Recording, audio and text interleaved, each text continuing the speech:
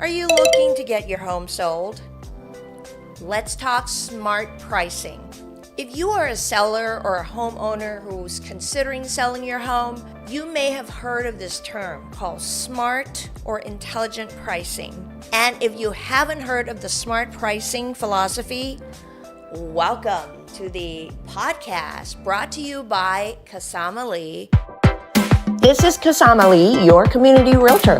Let's talk about smart pricing for your home so that it would sell quickly. So there has been an established philosophy in real estate, especially when you're selling your home, called smart pricing or intelligent pricing. A lot of times this information either gets left out or is not really fully discussed.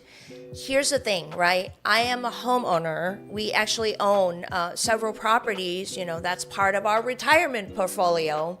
And I don't know, I love real estate. Why not? And our family is a real estate business family.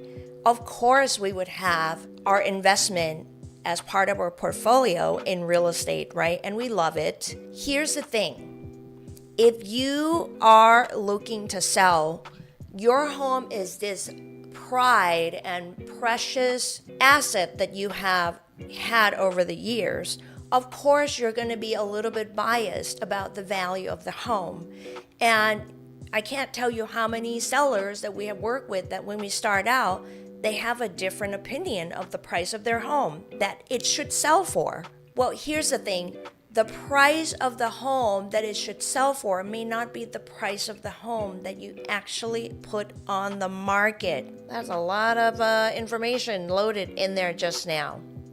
By the way, if you enjoy this type of content, you want to hit subscribe, bell notification so you don't miss future videos of this great content.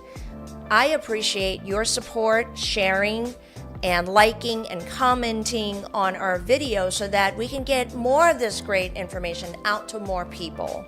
Real estate, informational, solid content is hard to find, and I take pride in making sure that the information that we put out there is researched and it comes from the economists and the experts. It's not something that I just sit around and think up myself, as much as I like to think that I have had, a couple of decades of experience. It's still coming from the sources that are verifiable and are credible in the real estate and in the economy space. Okay, let's get back to smart pricing. So we talked about the seller it's hard to be the owner who's selling the home to be completely objective. But when you trust your competent and reputable realtor who has done research and looked at the stats in what has been sold in the homes that have been sold in your area, hopefully you put some trust in that, right? So the way that we speak to our clients, and the market right now is still a little bit challenging because buyers are really selective right now, especially because the interest rates are still relatively higher, right? So they want to get the most for their money. So they shop and they shop and they shop and they go online and they look at comparisons. And sometimes, some of the buyers we work at are very educated. They actually have done their due diligence and the data and all the things. By the time they're telling us what they're interested in, we're still doing our job as the realtors, but a lot of buyers are much more savvy now. So my point to you is, if you're selling your home, you have to know that the buyers have the right to shop, and they don't have to buy your house just because you think it's the best looking house on the block and it's the most expensive one, right? So with that, let's talk about how smart pricing works, okay? So you're going to see the chart right now that shows that when you price your home at what is called fair market value, there is about 60% of buyers who are ready to buy. There's a larger pool, right? More than half of the pool buyers would be looking at homes that are priced at the fair market value. What does a fair market value mean? Fair market value is the price that the buyer is willing to pay, and the price that the seller is willing to sell it at. It's where the two parties can meet, okay? And that's about 60% of the pool of buyers that are living and are buying in the fair market value range.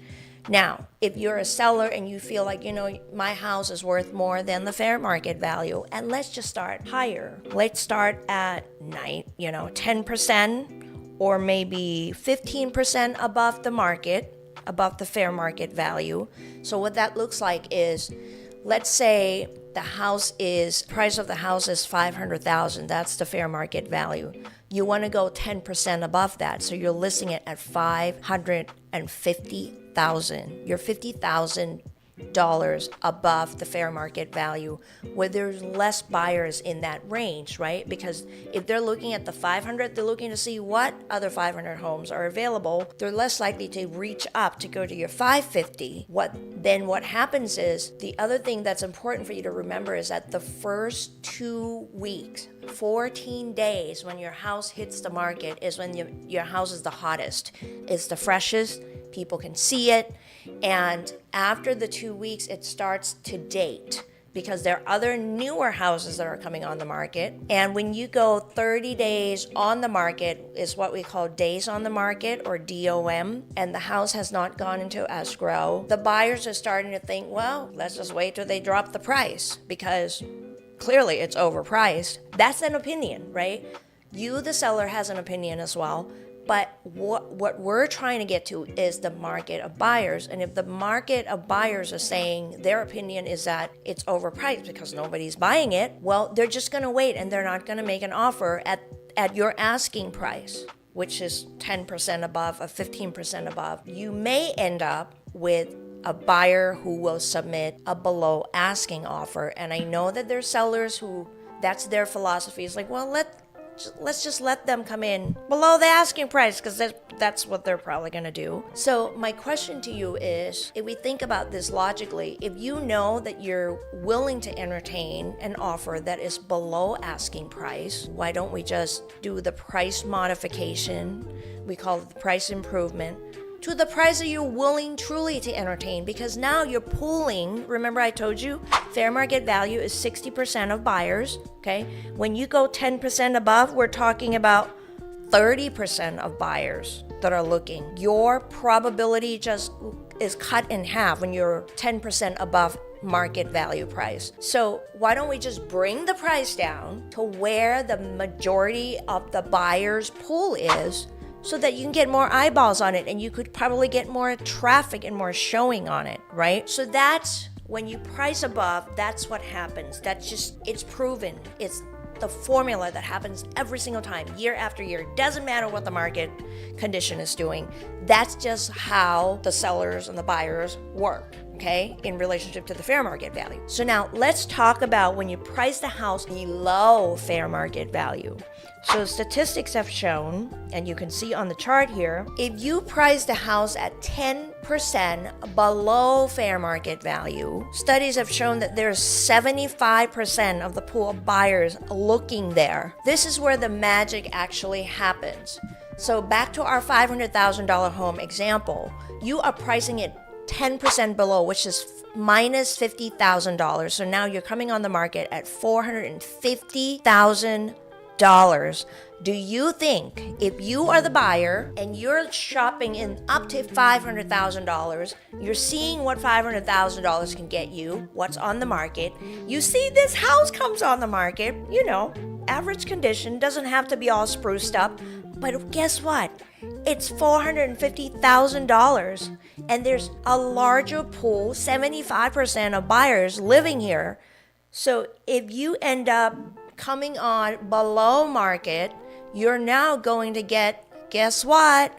A lot of buyers looking. Open house is going to be crazy, right? Well, chances are you are going to get more than one offer, which is what we lovingly call multiple offers. The multiple offers can organically, if you work with a competent listing agent, the agent who represents you, the seller, the agent can communicate with all these interested parties and actually help drive the price up organically.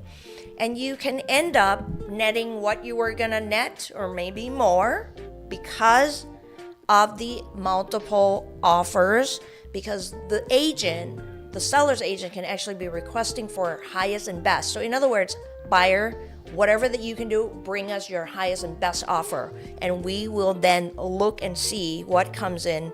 I have personally reviewed, not the current market, but a different market, 25 to 30 offers. I had to put together a spreadsheet just so I could keep it all straight, and that's how we were presenting to the seller, because there's so many. And usually the top 2 or 3 are the ones that we would be looking at anyway.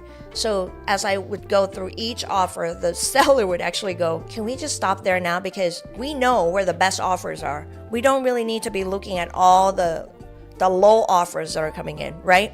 So highest and best means bring your highest and best, right? So when you see that, you should be saying, I want this house and I've got my gloves on and I'm gonna give you my best offer, right?